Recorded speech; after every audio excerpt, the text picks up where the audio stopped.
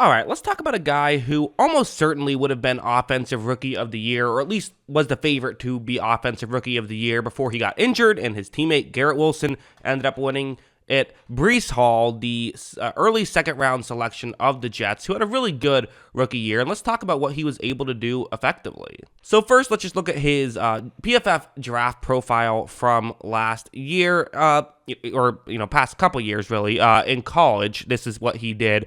So the past 3 years he was in college. You see that PFF grades weren't otherworldly or anything. They were good for certainly good. The mid 80s is definitely very good, but given when he was drafted in his position, you typically expect that to be a little bit better. But I also should mention there's pretty much no correlation to good PFF grades at the running back position and future success at the next level. Some positions it matters a lot, some positions it matters a little, some not at all. Running back is one of those. So interesting to look at, but definitely there are players who don't have great PFF grades at the running back position and end up being very good. If you look at his overall PFF grade from last season, his NFL PFF grade, overall, they weren't crazy about him, but really liked his rushing. The rushing of a 76.4 grade is definitely where he thrived. The rushing is what we knew him as, and he was really good. Let's watch some film and talk about what he was able to do effectively, where I think one thing he was able to do was just find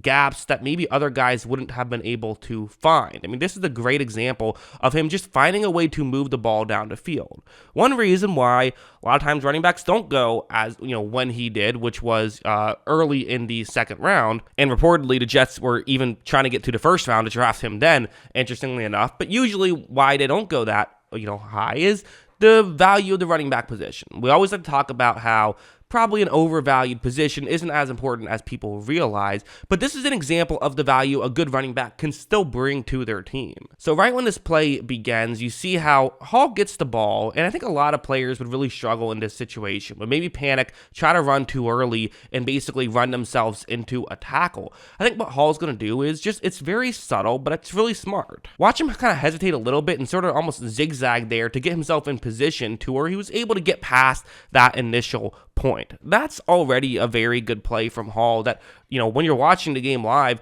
definitely goes unnoticed because, it happens so quick and you don't have the time to break it down. So, which is also why it's so important to, watch film like this. But also watch him make another move and pick up even more yards on that play. That's not a massive gain or anything. He's had bigger rushes for sure over the course of his career. But what it did do, in my opinion, was what I think just show the effectiveness of a valuable running back and turning a 1 yard gain into an 8 yard gain and being able to do those types of things several times throughout the game. Listen, how much value is there in that? I'll let you be the judge, but there's for sure some value, and that's what's interesting about it, in my opinion. Let's head over to this play now. Another example of really what he can do well, which is it's going to be a delayed handoff.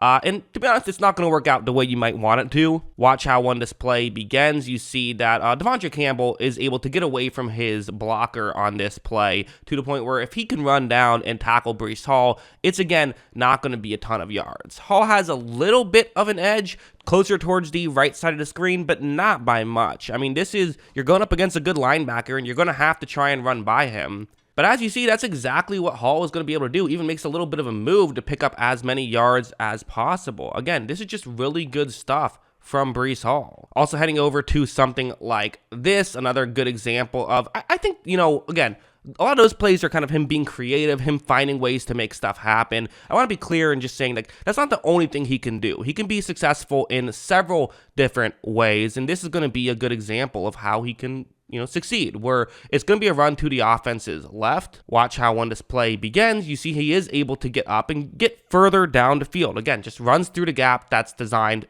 for him to run through. You now have Jair Alexander, the defensive back for the Packers, who is the closest guy in the area to tackle Breece Hall, and Breece Hall is going to do some good stuff here as well. Watch him be able to sidestep Alexander, pick up a good chunk play there as well. Again, get the yards that you can. Get the most yards available out of that given situation. And that's maybe sometimes where, I always like to talk about this in terms of the offensive line gives you X amount of yards. How many yards do you get out of it? And I think sometimes we kind of view it as if the offensive line gives you 4 yards, you get the 4 yards plus however many extra available. But the reality is a bad running back doesn't always get the 4 yards that are available. You first deserve the credit for getting those 4 yards that were on the table in general, and then you get credit as well for going above and beyond. Both things are true, in my opinion, although definitely it's kind of more, I think the way to look at it as a whole is how often do you go above and beyond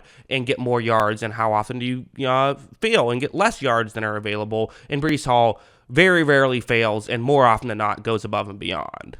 Again, something like this really just shows the kind of the talent level that he has on display, in my opinion. Watch how when his play begins, okay, runs through the gap that's available. You see a defensive back right there who could come in and make a tackle on Breece Hall. And with Hall running towards the right side of the field, I mean, this should be an easy tackle, as that defensive back is several yards over in that direction already. He has a pretty massive head start. However, that head start does not matter. Hall is still able to blow by him and pick up a nice chunk play. So again, another good example of just what Hall does well. He does these types of plays consistently. And listen, I could do this all day. I could show you these types of plays all day, but I think you get the idea of what he can do and why this makes him such an effective player. Now, again, coming off an injury, we're definitely hopeful that he comes back to full force right away, but I think he really showed himself and established himself as a great player right off the bat. And if he didn't get injured, I think that he could have an Offensive Rookie of the Year